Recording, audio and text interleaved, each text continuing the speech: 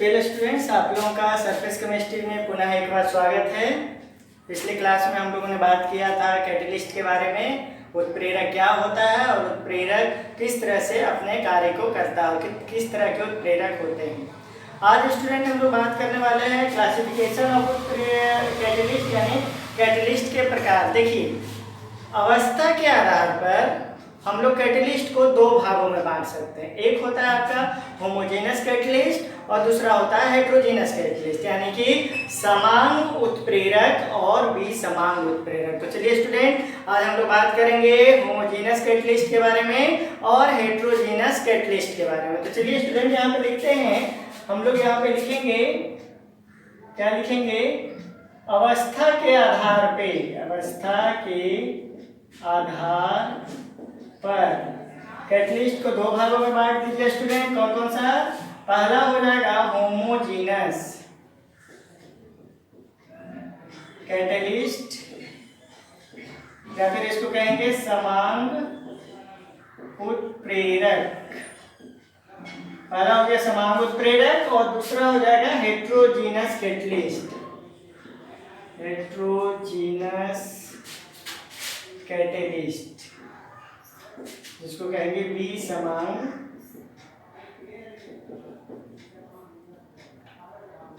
उत्प्रेरक।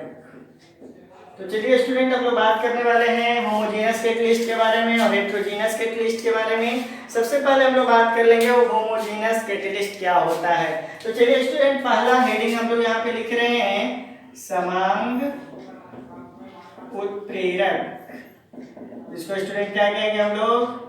Homogeneous catalyst. तो चलिए हम लोग बात कर लेते हैं होमोजेनस कैटेलिस्ट के बारे में। तो ध्यान दीजिए, होमोजेनस कैटेलिस्ट का मतलब क्या होता है कि वैसा उत्प्रेरक जिसकी भौतिक अवस्था अभिकारक और उत्पाद के समान ही होती है। कि मान लिया जाए कि अगर आप कोई ठोस अभिकारक ले रहे हैं और उससे उत्पाद भी ठोस के रूप में बन रहा है, तो वहां पर अगर आप उत्प्रेरक के रूप में ठोस उत्प्रेरक ही लेते हैं तो वह क्या कहलाएगा? आपका समांग उत्प्रेरक कहलाएगा। इसे हम लोग उदाहरण के माध्यम से भी समझ सकते हैं। तो पहले हम लोग इसको परिभाषित करते हैं कि वैसा उत्प्रेरक जिसकी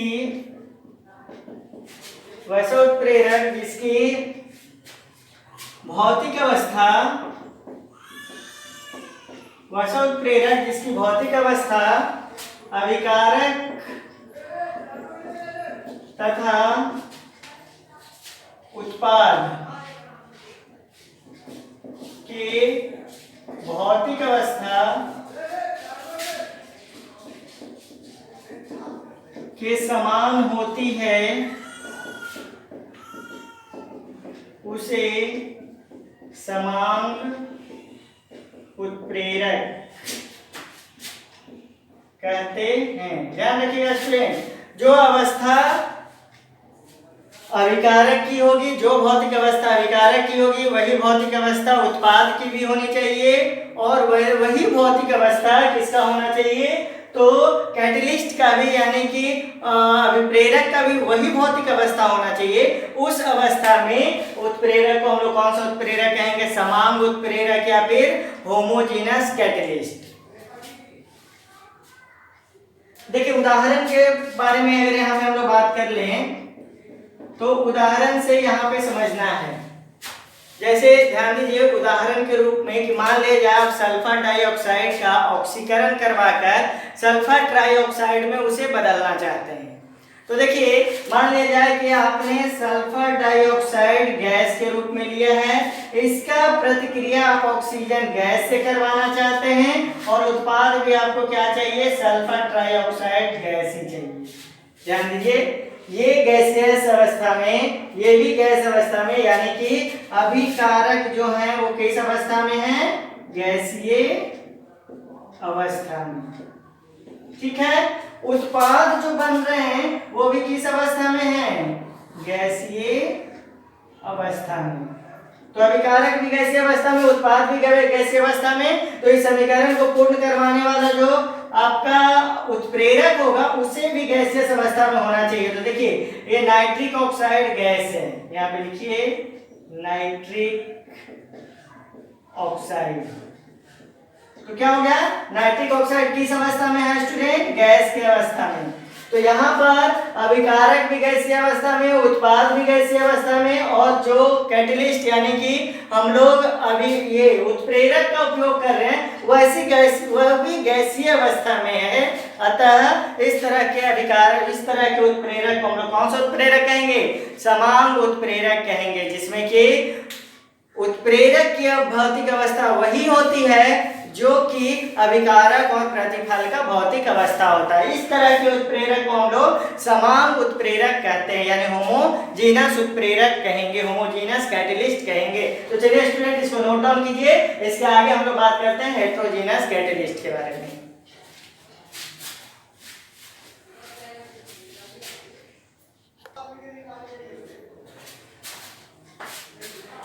तो चलिए स्टूडेंट अब बात कर लेते हैं हम लोग होमोजेनस कैटलिस्ट यानी कि समांग उत्प्रेरक के बाद बी समांग उत्प्रेरक जिसको हेटेरोजीनस कैटलिस्ट कहते हैं। तो चलिए यहाँ पे लिखते हैं बी समांग उत्प्रेरक, इसको क्या कहेंगे, हेटेरोजीनस कैटलिस्ट।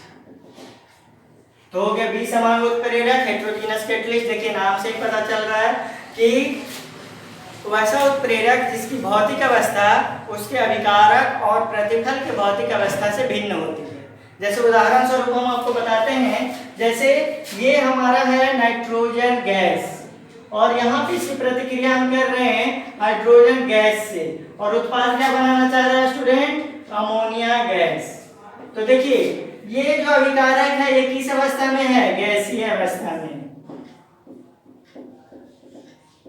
और ये हमारा उत्पाद बन गया वो किस अवस्था में है, तो ये उत्पाद भी गैसीय अवस्था में है। जबकि हम यहाँ पर जो कैटलिस्ट लेने वाले हैं, जो हमारा उत्प्रेरक होगा वो क्या होगा, आयरन चूर्ण, किस अवस्था में है, तो ठोस अवस्था में।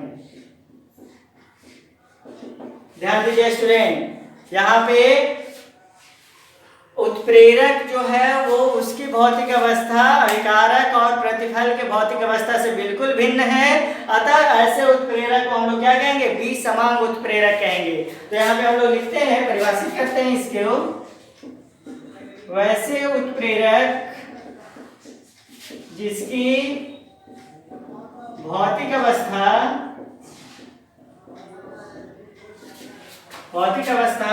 समांग, ऐसे लिखते हैं, जिसकी भौतिक अवस्था अभिकारक तथा प्रतिफल के भौतिक अवस्था से बिल्कुल भिन्न होती है, उसे बी समांग उत्प्रेरक कहते हैं। ध्यान रखना स्टूडेंट कि अगर आप कोई कैटलिस्ट ले रहे हैं जिस कैटलिस्ट का फिजिकल स्टेट जो है वो बिल्कुल अलग है उसके रिएक्टेंट और प्रोडक्ट के फिजिकल स्टेट से, तो उस तरह के कैटलिस्ट को कौन सा कैटलिस्ट हम लोग कहेंगे, हेटेरोजीनस कैटलिस्ट यानी कि बी समांग उत्प्रेरक कहेंगे। तो चलिए स्टूडेंट आप लोग नोट कीजिए हेटेरोजीनस कैटलिस्ट के बारे में। इसके आगे हम लोग फिर से बात करेंगे कि कैटलिस्ट अपना कार्य कैसे करता है, कौन कौन से प्रोसेस होते हैं जिसके द्वारा कैटलिस्ट अपने वर्क फंक्शन को परफॉर्म करता है। तो चलिए स्टूडेंट यहाँ तक नोट कीजिए, इसके आगे हम लोग फिर बात करते हैं।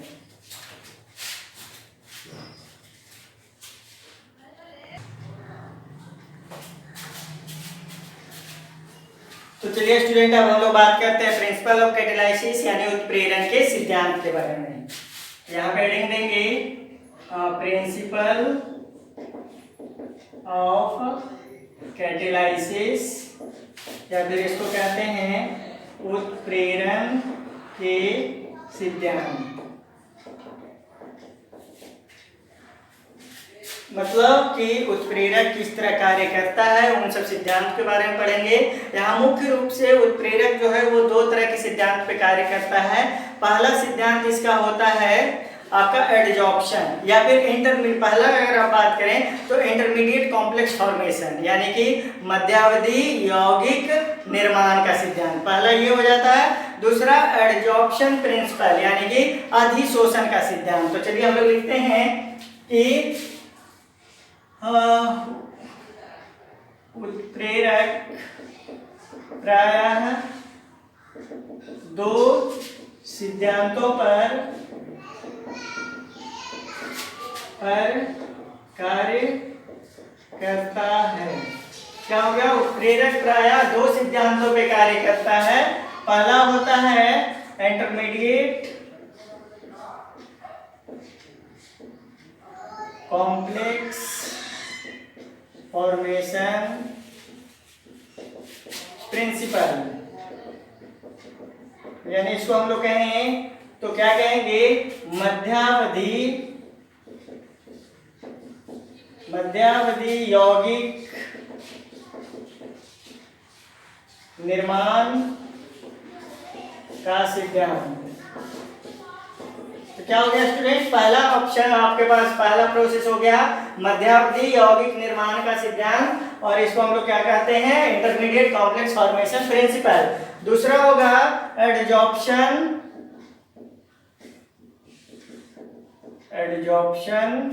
प्रिंसिपल, और इसको कहेंगे क्या? अधिशोषण का सिद्धांत।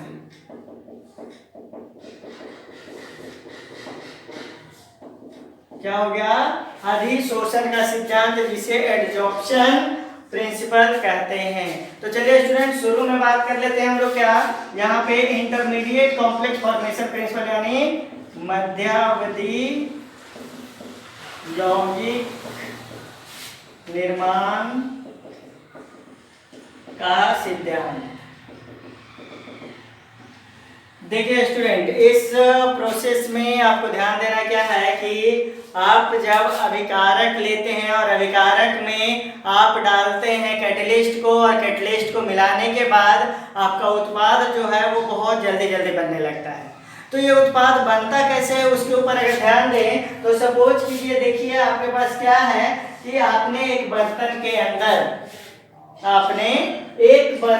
अंदर क्या लिया है? तो आपने एक बर्तन के अंदर सल्फर डाइऑक्साइड लिया है। देखिए यहाँ पे आपने एक बर्तन लिया है और इस बर्तन के अंदर क्या लिया है? Sulphur dioxide, SO2 gas. उसके साथ में आपने क्या लिया? O2 gas. आपने दो अभिकारक लिया है, ये क्या है आपके?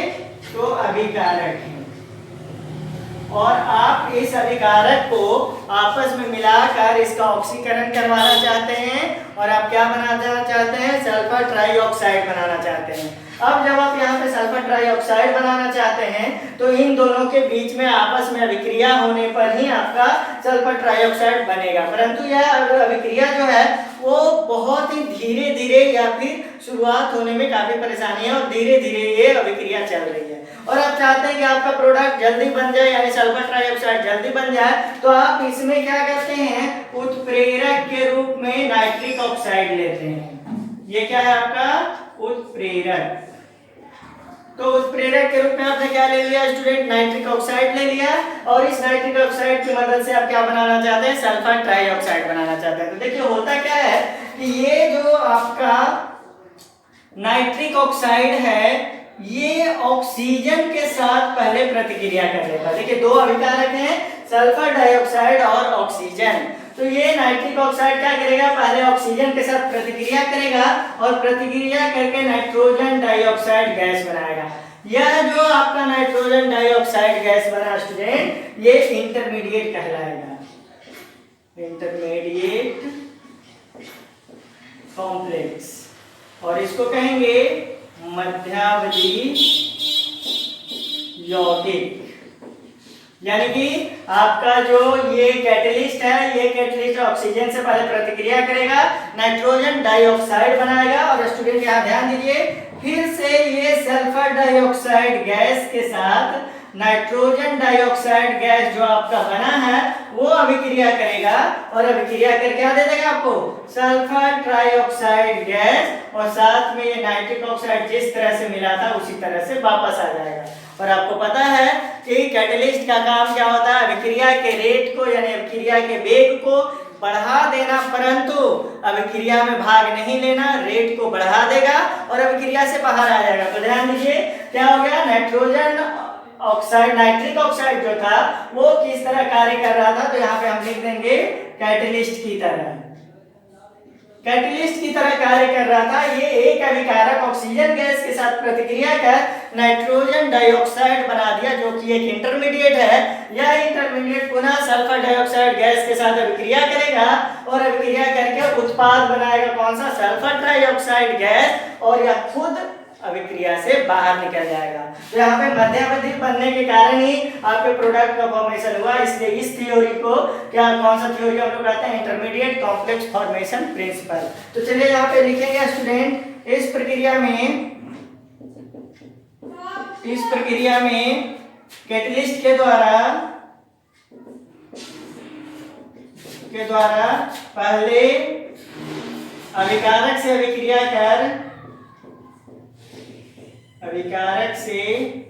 अभिक्रिया कर इंटरमीडिएट बनाया जाता है जो पुनः दूसरे अभिकारक के साथ अभिक्रिया कर, जो पुनः दूसरे अभिकारक के साथ अभिक्रिया कर उत्पाद बनाता है तथा अभिक्रिया से खुद बाहर निकल जाता है। ध्यान रखना है स्टूडेंट, इस अभिक्रिया में क्या होगा कि कैटलिस्ट के द्वारा एक इंटरमीडिएट का फॉर्मेशन किया जाएगा। किससे प्रतिक्रिया कर, तो अभिकारक से प्रतिक्रिया, एक अभिकारक के साथ प्रतिक्रिया कर पहले इंटरमीडिएट बनाएगा, वह इंटरमीडिएट पुनः दूसरे अभिकारक के साथ प्रतिक्रिया करेगा और प्रतिक्रिया करके प्रोडक्ट का फॉर्मेशन करेगा। और जैसे ही प्रोडक्ट बन जाएगा यह यथावत स्थिति में, मतलब जैसा था बिल्कुल वैसे स्थिति में वो इससे बाहर निकल जाएगा। तो इस प्रोसेस को हम लोग कहते हैं इंटरमीडिएट कॉम्प्लेक्स फॉर्मेशन प्रिंसिपल या फिर मध्यावधि यौगिक निर्माण का सिद्धांत। तो चलिए स्टूडेंट आप इसको नोट डाउन कीजिए। नेक्स्ट में हम लोग बात करते हैं एडजॉर्प्शन प्रिंसिपल के बारे में।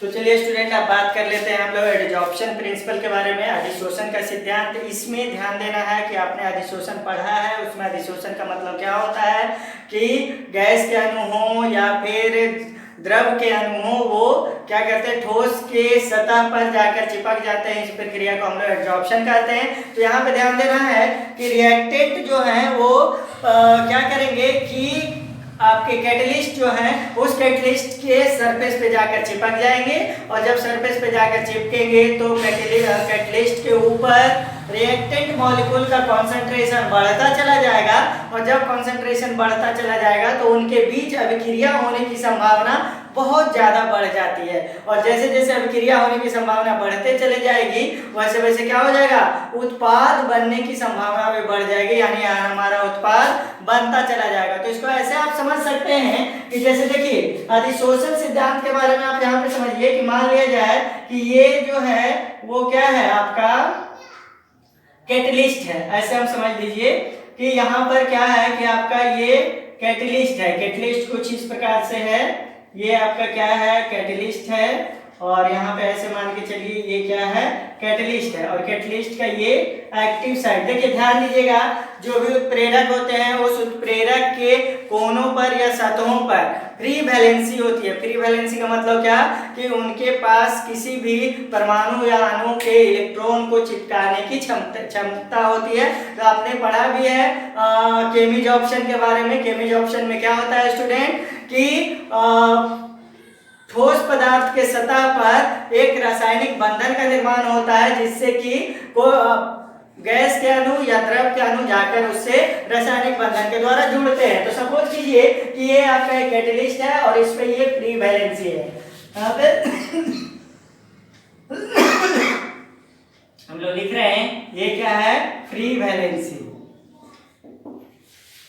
फ्री वैलेंसी पे अभिकारक आकर जुड़ेंगे। ये आपका कैटलिस्ट हो गया। यहाँ पे देखिए हम लिख रहे हैं कैटलिस्ट, और कैटलिस्ट के बाद यहाँ पे सपोज कीजिए एक्स और वाई। एक्स और वाई क्या है कि आपके रिएक्टेंट्स हैं। देखिए हम लोग ध्यान दे रहे हैं कि ये एक रिएक्टेंट एक्स है और दूसरा रिएक्टेंट वाई है। ये दोनों मुक्त अवस्था में हैं और ये मुक्त अवस्था में होने पर कैटलिस्ट के साथ क्या करेंगे, प्रतिक्रिया करेंगे। अब हो गया क्या स्टूडेंट कि ये देखिए कैटलिस्ट का ये फ्री वैलेंसी जो है उसके साथ ये मुक्त अवस्था में जो एक्स और वाई दो अभिकारक हैं, ये इनको हम क्या कह सकते हैं स्टूडेंट, अभिकारक। अब देखिए पहली प्रतिक्रिया क्या होगी, एडजॉर्प्शन का। तो एडजॉर्प्शन का मतलब क्या, इसकी मुक्त वैलेंसी फ्री वैलेंसी के साथ दोनों अभिकारक जो है वो जाकर चिपकेंगे। कैसे, कुछ ध्यान दीजिए आप इस तरह से।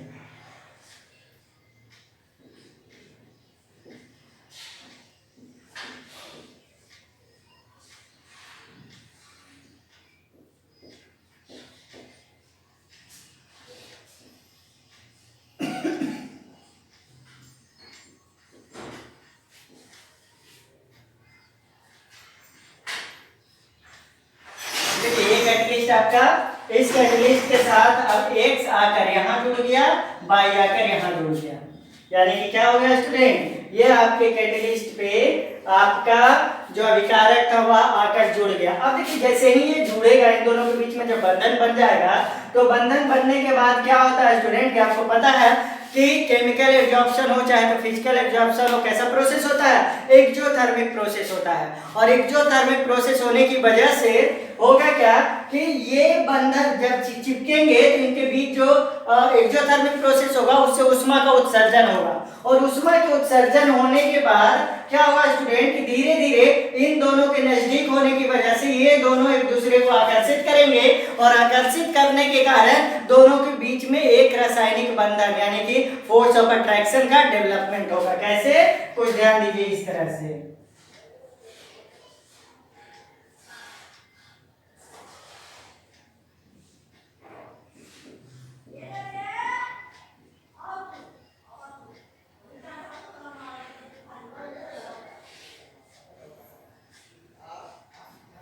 देखिए स्टूडेंट ये क्या डेवलप हो गया, तो इसको कहेंगे force of attraction. Force of attraction develop हो गया, और फोर्स ऑफ अट्रैक्शन डेवलप होने की वजह से ये प्रोसेस क्योंकि एक्सोथर्मिक है, तो अब क्या होगा, ये दोनों के बीच में एक बंधन का निर्माण हो जाएगा और ये बंधन यहाँ से टूट जाएगा। तो ध्यान दीजिए क्या हो जाएगा। अब अगला प्रोसेस में आप दीजिए एक्स और वाई एक उत्पाद बना लेंगे, और उत्पाद जैसे ही ये बना लेंगे तो कैटलिस्ट यहाँ से मुक्त हो जाएगा। देखिए स्टूडेंट कुछ इस तरह से।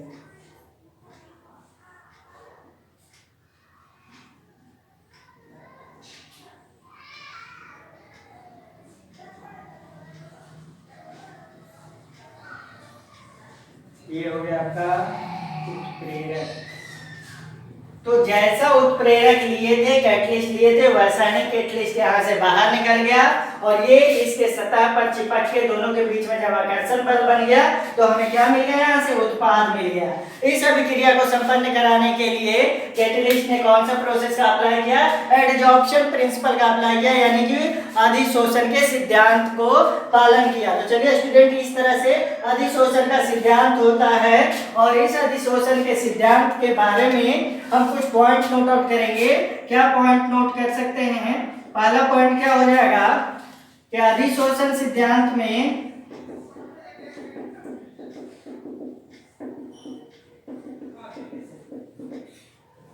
कैटलिस्ट के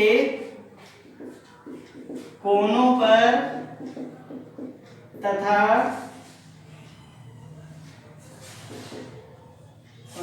सरफेस पर मुक्त वैलेंसी होती है, जिससे अभिकारक चिपक जाते हैं तथा उनमें आकर्षण बल उत्पन्न होता है। आकर्षण बल उत्पन्न होता है, जिससे उत्पाद का निर्माण होता है और कैटलिस्ट अपने मूल अवस्था में अभिक्रिया से बाहर हो जाता है। ध्यान रखना स्टूडेंट, तो यहाँ पे एब्जॉर्प्शन होता है। एब्जॉर्प्शन होने के बाद जैसे ही प्रोडक्ट का फॉर्मेशन होगा, कैटलिस्ट जिस अवस्था में गया था उसी अवस्था में उससे बाहर हो जाएगा। यानी कैटलिस्ट कभी भी रिएक्शन में पार्टिसिपेट नहीं करेगा, वो सिर्फ प्रतिक्रिया को संपन्न कराएगा और प्रतिक्रिया संपन्न कराकर अपने मूल अवस्था में प्रतिक्रिया से बाहर चला जाएगा। तो चलिए स्टूडेंट इसको नोट डाउन कीजिए, फिर हम आपको एक एग्जाम्पल के माध्यम से एब्जॉर्प्शन प्रिंसिपल को समझाते हैं।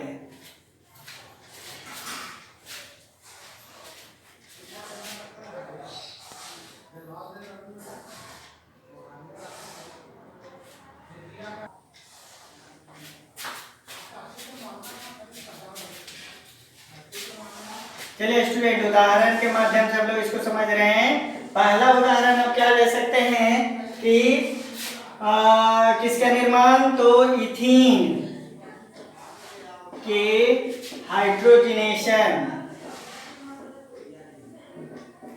से इथेन का बनना निकेल उत्प्रेरक की उपस्थिति में। ध्यान दीजिए स्टूडेंट, हम लोग इथीन की प्रतिक्रिया हाइड्रोजन गैस से करवाते हैं तो क्या होता है कि हमें इथेन प्राप्त होता है, लेकिन इस प्रतिक्रिया को संपन्न कराने के लिए निकेल उत्प्रेरक की जरूरत होती है। तो यह प्रक्रिया कैसे संपन्न होगी उसको ध्यान से समझिए। देखिए स्टूडेंट, यहाँ पर आप क्या कर सकते हैं, हाइड्रोजन गैस ले सकते हैं, उसकी प्रतिक्रिया आपको निकेल से करानी होगी। ये है आपका निकेल, ये निकेल, ये इसका फ्री वैलेंसी, यहाँ पे लिख देंगे फ्री वैलेंसी। जैसे ही यहाँ पे निकेल और हाइड्रोजन गैस आपस में मिलेंगे तो अधिशोषण होगा। क्या होगा अधिशोषण, तो देखिए निकेल जो है, इस निकेल के साथ हाइड्रोजन जो है वो इस प्रकार से जुड़ जाएंगे। ध्यान दीजिए स्टूडेंट, हाइड्रोजन क्या हो जाएंगे, इस प्रकार से निकेल के साथ जुड़ जाएंगे। ये निकेल के साथ हाइड्रोजन जुड़ गया और ये हो गया अधिशोषण निकेल का, ये हाइड्रोजन का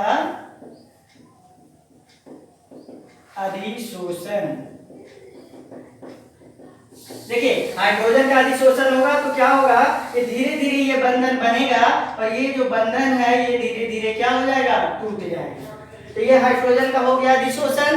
अब देखिए ये जो हाइड्रोजन का अधिशोषण हुआ स्टूडेंट, उसके बाद क्या होगा कि इस मध्यावधि यानी इंटरमीडिएट के साथ एल्कीन जो है यानी इथीन जो है वह आकर प्रतिक्रिया करेगा। किस प्रकार देखिए, तो यहाँ पर ध्यान दीजिए, ये है आपका निकेल, ये है निकेल, यहाँ पर आपका हाइड्रोजन है, यहाँ पे हाइड्रोजन है और यहाँ पे ध्यान दीजिए कार्बन, डबल बॉन्ड कार्बन, यहाँ से हाइड्रोजन इसका जुड़ा हुआ था, हाइड्रोजन यहाँ से, हाइड्रोजन यहाँ से, हाइड्रोजन यहाँ से, इसको हम क्या कहते हैं, इथीन कहते हैं। तो ये हो गया इथीन और ये हो गया नाइट्रोजन। अब ध्यान दीजिए स्टूडेंट, होगा क्या कि धीरे धीरे इस कार्बन और इस हाइड्रोजन के बीच में बंधन बनना शुरू हो जाएगा और ये बंधन टूटने लगेगा कुछ इस प्रकार से। ध्यान दीजिएगा, ये इस तरह से यहाँ पे बंधन बनना शुरू हो जाएगा। तो क्या हो जाएगा स्टूडेंट, देखिए carbon, double bond carbon, hydrogen, hydrogen, hydrogen, hydrogen और यहाँ पे देखिए ये हो गया आपका हाइड्रोजन, ये हो गया आपका हाइड्रोजन और ये हाइड्रोजन का निकेल से ये जुड़ा हुआ था वो कुछ इस तरह से क्या हो जाएगा, ये भी बनने लगेगा और ये टूटने लगेगा। ये बॉन्ड का बनना यहाँ लिखेंगे, बॉन्ड का बनना ये लिखेंगे, बॉन्ड का टूटना, बॉन्ड का टूटना। अब इस प्रकार से बॉन्ड बनेगा और बॉन्ड टूटेगा। उसके बाद क्या होगा स्टूडेंट, देखिए carbon double bond carbon, hydrogen hydrogen hydrogen यहाँ जुड़ गया, हाइड्रोजन हाइड्रोजन हाइड्रोजन, जैसे ही ये बंधन बन गया और साथ में निकेल जो था वो खुद इस रूप में इससे क्या हो जाएगा, बाहर हो जाएगा। तो ध्यान दीजिए स्टूडेंट, ऐसा क्यों होता है कि किस प्रकार से ये बंधन बनता है और किस प्रकार से बंधन टूटता है, उसके बारे में अगर आपको बात करें तो ध्यान दीजिए, निकेल के पास कुछ मुक्त वैलेंसी होता है। निकेल का टोटल आप एटॉमिक नंबर अगर देखें तो एटॉमिक नंबर निकेल का कितना होता है, तो निकेल का एटॉमिक नंबर करीब आपको मान के चलिए 28 होता है। तो एटॉमिक नंबर 28 होने की वजह से उसका जो वैलेंसी होता है वो 2 होता है, यानी 2 वैलेंसी इसके पास होता है। और 2 वैलेंसी होने की वजह से निकेल के सरफेस पे यानी सतह पे ये हाइड्रोजन गैस यहाँ से चिपक जाएगा। हाइड्रोजन गैस चिपक जाएगा यानी अधिशोषण हो गया। और जब हाइड्रोजन गैस चिपक जाएगा तो क्या हो जाएगा कि यहाँ पर कंडीशन क्या होता है कि निकेल से जैसे ही हाइड्रोजन गैस चिपकता है तो यहाँ पे अधिशोषण में उत्सर्जन यानी कि आप ऊष्माक्षेपीय अभिक्रिया की बात कर लीजिए, ऊष्माक्षेपीय अभिक्रिया होती है और इस ऊष्माक्षेपीय अभिक्रिया में होगा क्या कि ऊर्जा मुक्त होगा। अब जब यह ऊर्जा मुक्त होगा उस ऊर्जा के कारण क्या होगा कि धीरे धीरे हाइड्रोजन गैस पे फ्री वैलेंसी यानी फ्री आप क्या कह सकते हैं कि मुक्त रेडिकल यानी फ्री रेडिकल का फॉर्मेशन होगा। और फ्री रेडिकल हाइड्रोजन जो होगा वो बहुत ही ज्यादा रिएक्टिव होता है। रिएक्टिव होने की वजह से इसके साथ जैसे ही इथीन मॉलिक्यूल इसके नजदीक आएगा तो ये इथीन वाले कार्बन के साथ जुड़ता चला जाएगा। और देखिए एक गलती हुआ है यहाँ पे, ये जैसे जैसे बंधन बनता जाएगा वैसे वैसे ये वाला बंधन जो है वो टूटता चला जाएगा। ऐसे ये बंधन बनता चला जाएगा, ये बंधन टूटता चला जाएगा और फाइनली क्या हो जाएगा, ये बंधन टूट जाएगा। तो ये आपका क्या बन गया, इथेन बन गया। तो इस तरह से स्टूडेंट इथेन का निर्माण हो जाता है। इथेन का निर्माण किस प्रक्रिया में होती है, रासायनिक अधिशोषण में। और जिस प्रकार से आपने निकेल का उपयोग किया था, निकेल पुनः उसी अवस्था में यहाँ बाहर निकल जाता है। तो इसका मतलब निकेल ने अधिशोषण करके अभिक्रिया को करवाया परंतु कभी वो अभिक्रिया में भाग नहीं लिया। इस बात को हमेशा ध्यान रखिएगा। तो चलिए स्टूडेंट इसको नोट डाउन कीजिए, उसके बाद कुछ और बात करेंगे।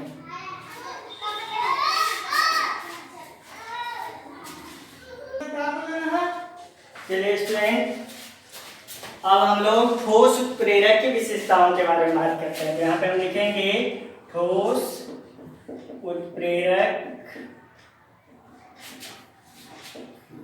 की विशेषताएं। और इसके बाद हम लोग पढ़ने वाले हैं क्या स्टूडेंट, उत्प्रेरक की विशेषताएं। उत्प्रेरक कार्य किस प्रकार करता है, वो क्या ऐसा करता है रिएक्शन में जिसके कारण के रिएक्शन का रेट जो है वो बढ़ जाता है। तो फिलहाल हम लोग ठोस उत्प्रेरक की विशेषताएं के बारे में बात कर रहे हैं। और सबसे पहले हम लोग एक्टिव साइट के बारे में बात करेंगे। एक्टिव साइट जिसे हम लोग क्या कह सकते हैं, सक्रिय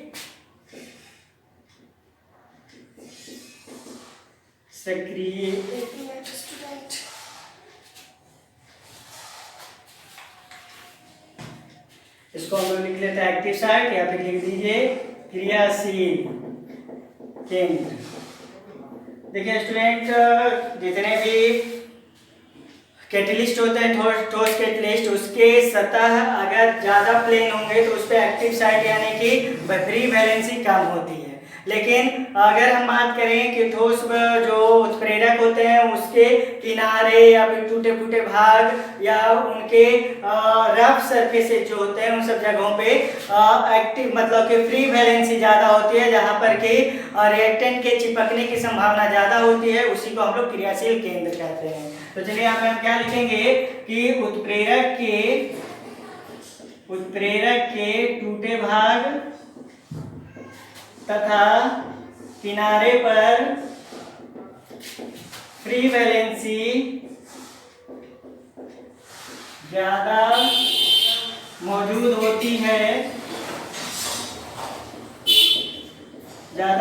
होती है जिससे अभिकारक के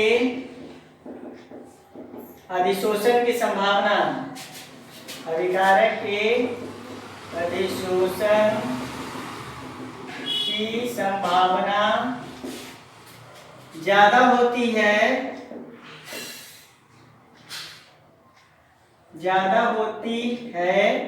उसे क्रियाशील केंद्र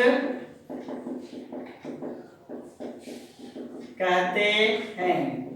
तो ध्यान रखना स्टूडेंट, मान ले जाइए आपके अगर कैटेलिस्ट है जिसकी टूटे फूटे भाग हैं तो इसी को क्या कहेंगे हम लोग का स्टूडेंट? क्रियाशील केंद्र कहेंगे। पहला तो ये विशेषता हो गया। दूसरी बात कर लें चयनशीलता।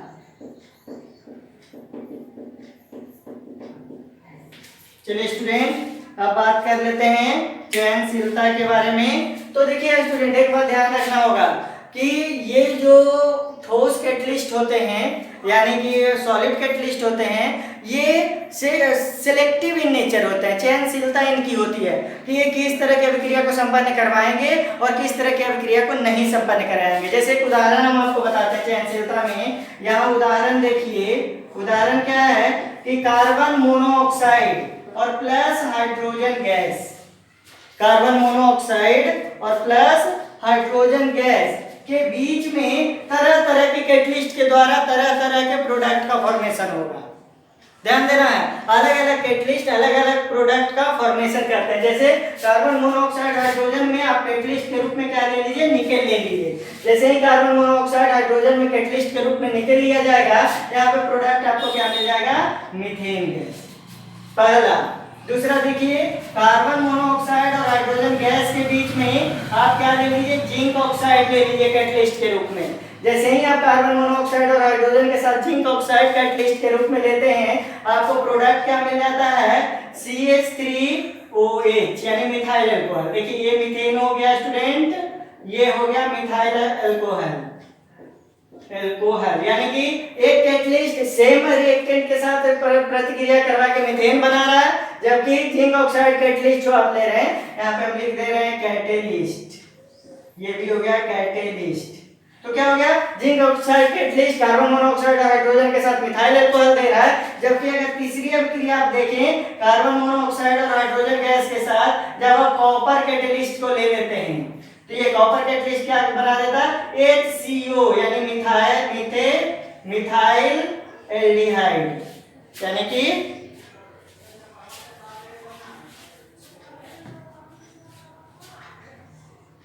मिथेनॉल, मिथाइल एल्डिहाइड या मिथेनॉल का ये फॉर्मेशन कर देता है। तो ये सिलेक्टिव इन नेचर हो गया कि एक ही अभिकारक में अलग अलग कैटलिस्ट के द्वारा अलग अलग उत्पाद का निर्माण हो गया। तो यहाँ पे हम लिखते हैं कैटलिस्ट क्या लिखेंगे? चयनशील होते हैं जो एक ही तरह के अभिकारक से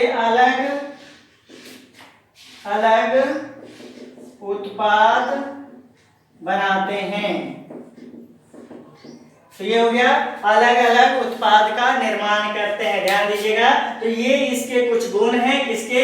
ठोस उत्प्रेरक की कुछ विशेषताएं हैं। तो स्टूडेंट इसको आप लोग नोट डाउन कीजिए ठोस उत्प्रेरक की विशेषताओं के बारे में। ये सिलेक्टिव इन नेचर होता है यानी चयनशील होता है, इसका एक्टिविटी बहुत ज्यादा होता है यानी एक्टिव साइट्स इसमें प्रेजेंट होते हैं, क्रियाशील केंद्र प्रेजेंट होते हैं, और अगर बात करें तो एक्टिवनेस, इसकी जो एक्टिविटी होती है, क्रियाशीलता होती है, वो किसके ऊपर निर्भर करती है? इसके वैलेंसी के ऊपर। तो इसके जो टूटे फूटे भाग हैं या फिर जो इसके किनारे की अवस्था है जहाँ पे फ्री वैलेंसी ज्यादा होती है, वहां पर बंधन बनने की संभावना ज्यादा होती है, एडजॉर्प्शन की संभावना ज्यादा होती है। तो इस तरह से ये इसके क्या हो गए? गुण हो गए।